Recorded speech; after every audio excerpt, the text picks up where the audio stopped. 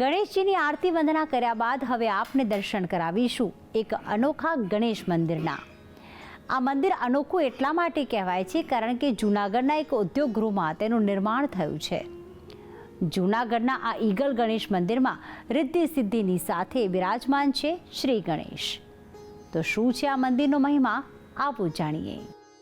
સામાન્ય રીતે દેવી દેવતાઓના મંદિરો ઊંચા પર્વતો પર જ જોવા મળે છે, પરંતુ જૂનાગઢ જિલ્લામાં એક એવો મંદિર આવેલ છે જે સિમેન્ટની પાઇપ બનાવતી ફેક્ટરીમાં આવેલ છે। અહીં રિદ્ધિ સિદ્ધિ સાથે બિરાજમાન છે સ્વયંભૂ ગજાનન ગણપતિ બાપા। તમામ ભાવિકો આ મંદિરને ઈગલના ગણપતિથી ઓળખે છે। આ મંદિરમાં ગણપતિના પ્રાગટ્યનો પણ એક રોચક ઇતિહાસ છે।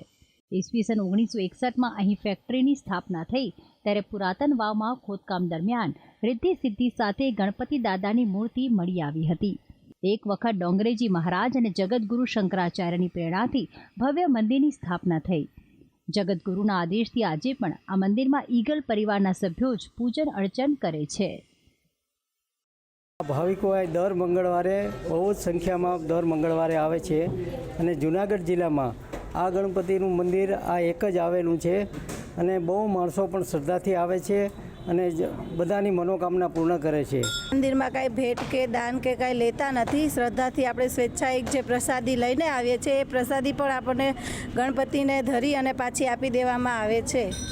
વર્ષ 2003માં આ મંદિરનો જીર્ણોદ્ધાર કરાયો ત્યારથી અહીં કોઈ પણ ભક્તો પાસેથી દાન દક્ષિણા લેવાતી નથી। જે ભાવિક પ્રસાદ ધરે તે પણ પૂજન સાથે પરત કરી દેવાય છે।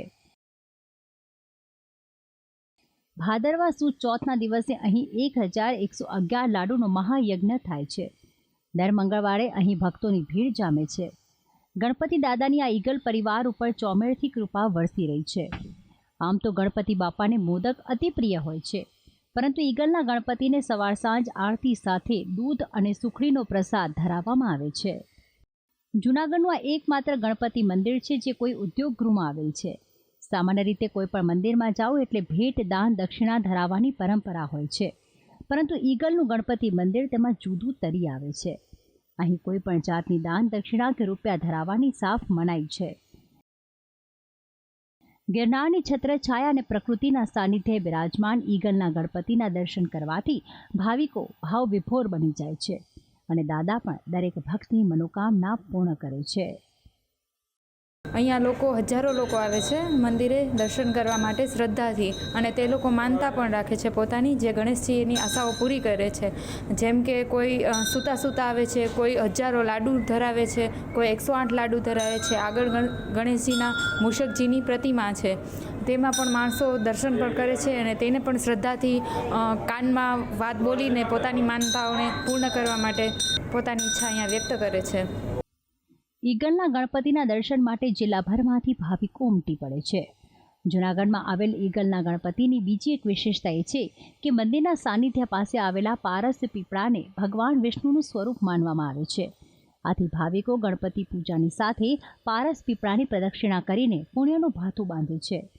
તો આમ રિદ્ધિ સિદ્ધિના દાતા ગજાનન ગણપતિની આરાધના કરી ભાવિકો સંસાર સાગરના ત્રિવિધ તાપમાંથી મુક્તિ મેળવે છે। ભક્તિ સંદેશ, સંદેશ ન્યૂઝ, જૂનાગઢ।